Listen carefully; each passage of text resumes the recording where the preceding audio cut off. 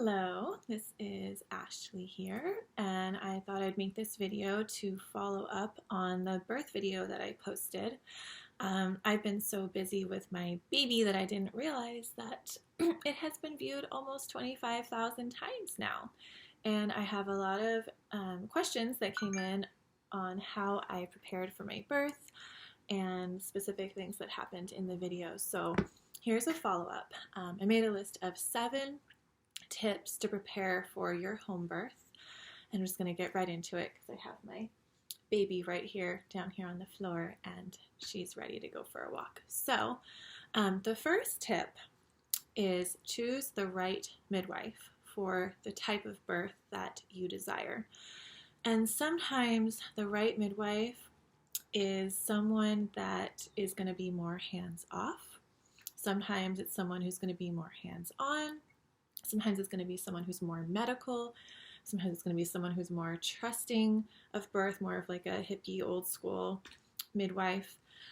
It's really dependent on your personality and who you feel the most comfortable with. So for me, I knew that I needed someone who was very trusting of birth, but had the skills to handle an emergency. I mean, they all do, but some of them are a little bit more ready to get in there when shit gets crazy. They're not just going to be like, wait and see. So I really wanted someone who could handle an emergency so I could completely relax and just trust that everything was going to go great.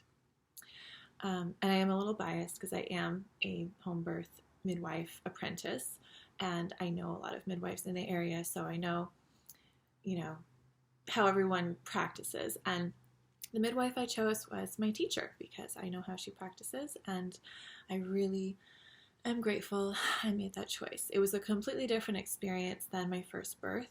The first midwife I had with the birth of my first daughter was a little bit more hands-off, trust birth, which is wonderful, and it has a time and a place if that's your personality. But for me, I really needed someone who was going to check my cervix if I felt like I needed it, or even if I didn't feel like I needed it, if it was appropriate in the setting. I wanted someone who could use their clinical skills with discretion, not use them because they're dedicated to being like a hands-off hippie midwife, but just, there's a time and a place for everything, and I wanted to make sure that the midwife I chose had the skills and the discernment to know when to use them.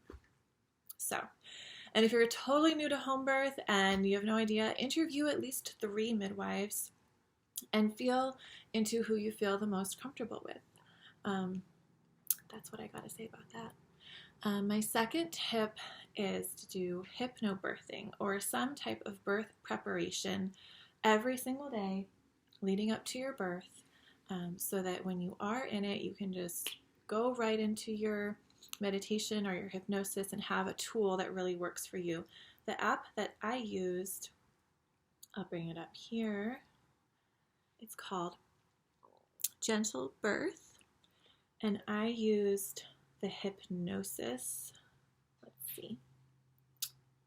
hypnosis birth rehearsal. There's all these different recordings you can pick, and I know it's backwards because I don't have a webcam yet, but I would do this every single night before I went to sleep, every single night. And then in early labor, I used it, and it really helped me settle in.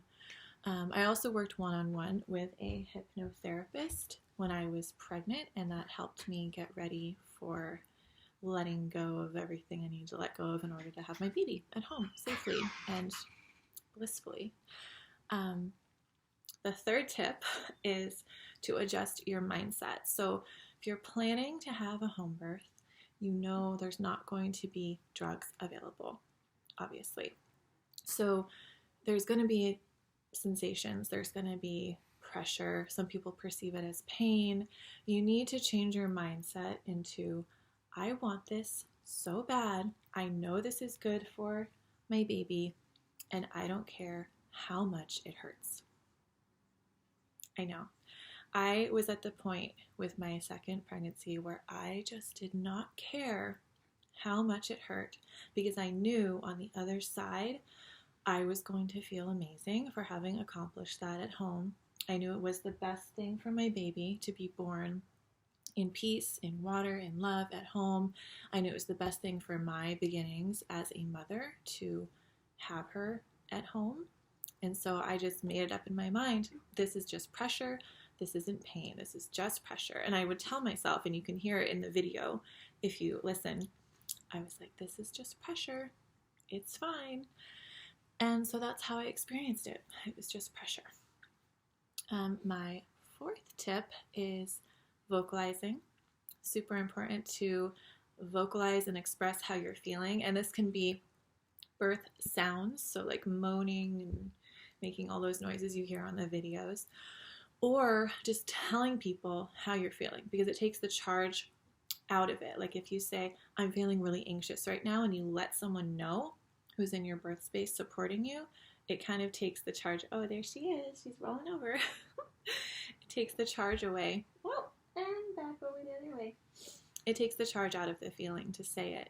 You can say you're feeling scared, you're feeling like you want to run away, whatever it is. Express it, let it go, it leaves your body, and then it's not in there just swirling around and causing more sensation that's not necessary. My fifth tip is that it's important to know and just have the mindset that this is your journey and your birth. Your midwife's not going to birth for you. Your doula's not going to birth for you. Your husband or your birth partner or your sister or your aunt or whoever is at the birth isn't going to birth for you. No one can save you. You're in it. It's you. So take the pressure off those other people. Learn to center into your own strength when you're pregnant. And then when you go into your birth, you will have that as a foundation. Of course, you have people around you to support you and to echo back how amazing and strong you are, but it's your journey. The sixth tip is make a specific list of things that your partner or your doula or whoever is there supporting you can do to help.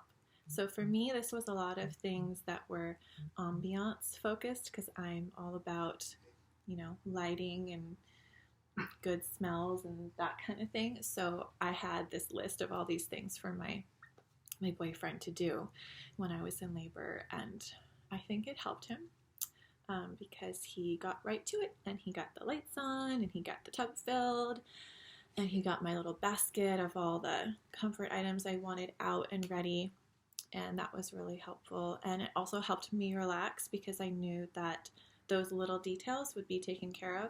And of course, in the end, it didn't even matter. I just wanted to get in the tub as soon as possible, and it happened really fast. But, if it's your first baby, it's more common that you're going to have kind of a longer labor. Having a 3-hour labor isn't really very common if it's your first time. So having all those things set up will help you be more comfortable during the marathon that is birth. And then my 7th tip is to expect that there will be beautiful chaos in your birth. Be open to whatever happens and hold the vision. So I really feel like all my visualizing and the inner work that I did when I was pregnant led to my birth happening in the way that it did. I know that there's chaos in birth. I know there's unexpected things that can happen. Believe me, I know that as an apprentice midwife going to births for the last 5 years. I've seen a lot of crazy shit. But I also believe that we're co-creators and that we can influence the way that things go in our lives based on the work that we do inside. So if it's your vision to have a peaceful home birth with your partner and birth your baby in water and have it be enjoyable and easeful, keep visualizing that every single day. Visualize the birth happening the way you want it. It might not happen the way you want it, but I think it's a lot more likely that it will happen that way if you take the time to visualize and do the work.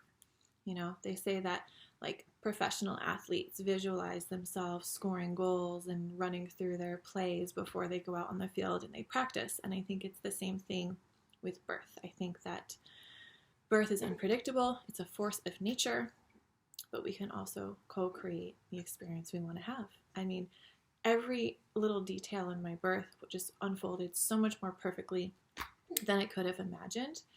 But having that baseline just vision of how it was going to happen really helped me when I went into it, because I could just close my eyes and tap into that feeling, and it went wonderfully. So my daughter, she's ready to go for her morning walk/nap.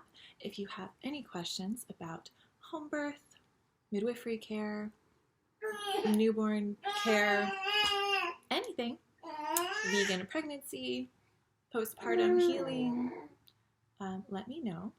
I think I'll make a couple more videos, maybe, if I like it. Might get a real camera, but this one's pretty nice. So please like this video.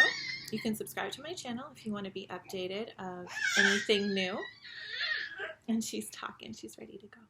Okay, bye.